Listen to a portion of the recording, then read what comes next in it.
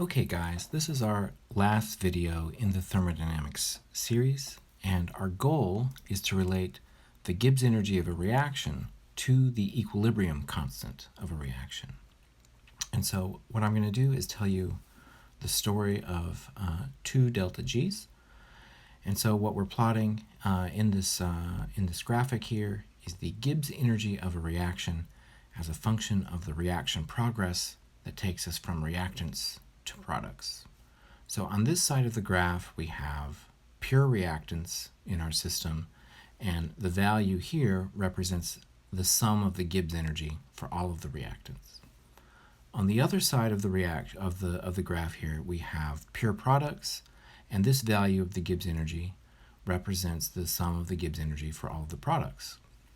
Now, as we go across the graph, the Gibbs energy of the system changes. Okay, so it goes from reactants to the products.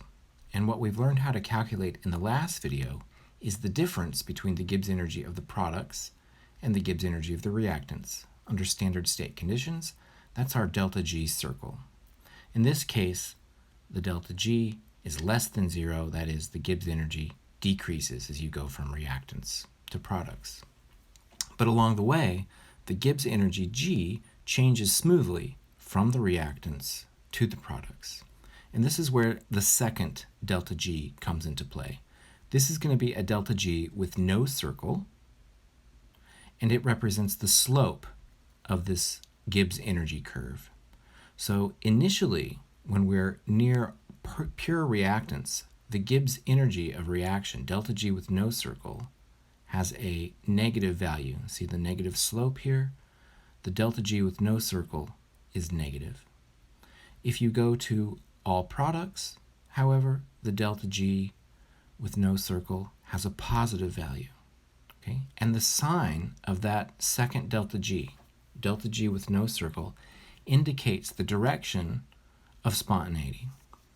When the slope of the Gibbs energy curve is negative, it tells us that the forward direction is spontaneous. However, when the Gibbs energy has a positive slope, it tells us that the reverse direction is spontaneous. The reaction comes to equilibrium when the delta G value with no circle has a value of 0. And so that would be at this point right here where the slope of the curve flattens out. Okay, so you would have a horizontal slope. At this point, the reaction reaches equilibrium, and there's no preferred direction for the reaction. This panel here is similar. The only difference is that the delta G is positive for this reaction. So the delta G under standard state conditions increases as you go from reactants to products, but the interpretation of the slope of this curve is the same. Initially, the slope of the Gibbs energy curve is negative, so at this point in the reaction, the forward direction is spontaneous. But at these points later in the reaction, when we're closer to the products, the slope is positive, which tells us that the spontaneous direction is towards the reactants. In between the two, there is some minimum in the Gibbs energy curve where the slope of this function goes to 0, and that's where you've reached the equilibrium point. So when delta G is negative, the equilibrium point lies closer to the products. When the delta G standard is positive, the equilibrium point lies closer to the reactants. You could imagine a reaction where the Gibbs energy of the reactants is very close to that of the products, and so you would get a Gibbs energy function that looks something like this. Here, the reaction bottoms out in the middle of the reaction progress, and so at this point, the equilibrium point, you would expect significant amounts of both reactants and products present at equilibrium. Okay, so there are two delta G's.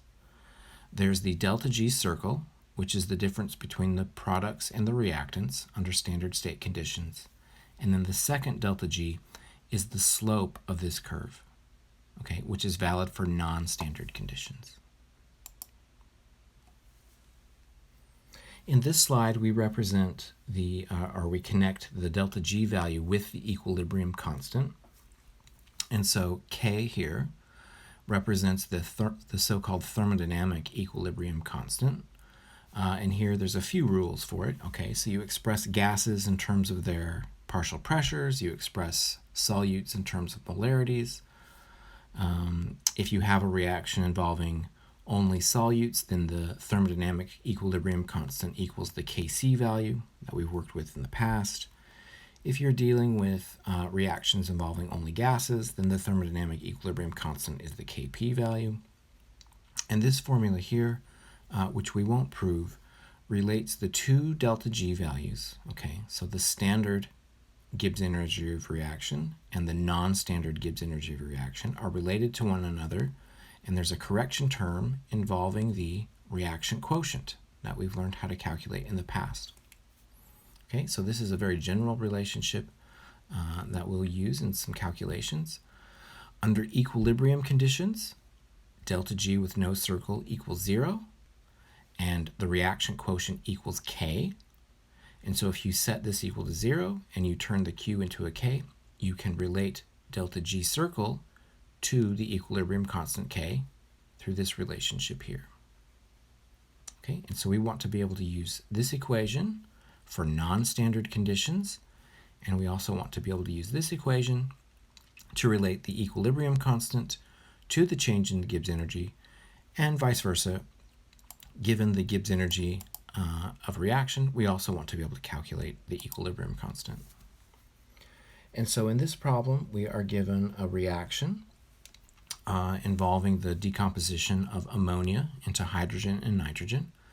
And we're being asked to calculate the free energy change under these non-standard conditions. So these pressures that are given to us are non-equilibrium pressures. And so we can calculate a reaction quotient for this reaction. It's going to be the partial pressure of hydrogen cubed times the partial pressure of nitrogen divided by the partial pressure of ammonia squared. And so you take these values, substitute them into the reaction quotient expression, and this is our value for the reaction quotient. Now, the standard Gibbs energy is given to us, and what we're being asked to calculate is the non-standard Gibbs energy. So we're using this equation here. They want us to calculate delta G with no circle. We can plug in the value of delta G with the circle plus the gas constant in units of kilojoules per mole. And it looks like I left off the per Kelvin, but there should be a per Kelvin here, times the temperature, 298 Kelvin, times the natural log of this reaction quotient that we calculated. So you run all of these through your calculator, and you get a negative delta G value. This indicates that under these conditions, the reaction is spontaneous in the forward direction, even though under standard state conditions, the delta G circle value is positive. So we would say that under standard state conditions, the reaction is non-spontaneous. However, for these non-standard concentrations, the forward direction is favored. Okay, so you use delta G to predict the direction you need to go to reach equilibrium, whereas the delta G with the circle tells you the spontaneity of the reaction under standard state conditions. Here's an example that's very similar to the one that we've just done, so I've left this as a exercise for you. And in this example, what we're going to be doing is calculating the equilibrium constant from the delta G value for a reaction. So we're being asked to consider the dissolution of silver chloride. So here's the chemical reaction. We can calculate the delta G value from the information given. So we're given Gibbs energies of formation for each of these species. We can calculate the delta G standard state conditions for the reaction using our products minus reactants approach that we learned about in the last video.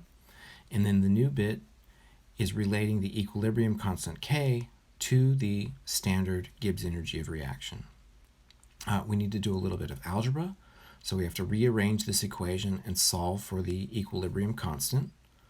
Once we do that, we can plug in our standard Gibbs energy of reaction and divide it by the gas constant times the temperature of the reaction, and we can use that to calculate K. And so we can use delta G to calculate K. Also, you can expect problems on the exam where you're given K and asked to calculate the delta G value. So this is an equation that you need to know and be able to work with. Likewise, You also want to be able to work with this equation here, which you use when you have non-standard conditions. This next problem here is just a very similar example to the previous one, so I'll leave that as an exercise to you, and I'm going to go ahead and stop the video right here.